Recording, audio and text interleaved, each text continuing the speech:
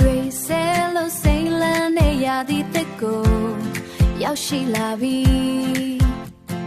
ကြောင်စိမ်ဝတ်စုံလေးတွေနဲ့တူတငယ်ချင်းတွေအောင်အားလုံးစုံတွေ့ကြမည်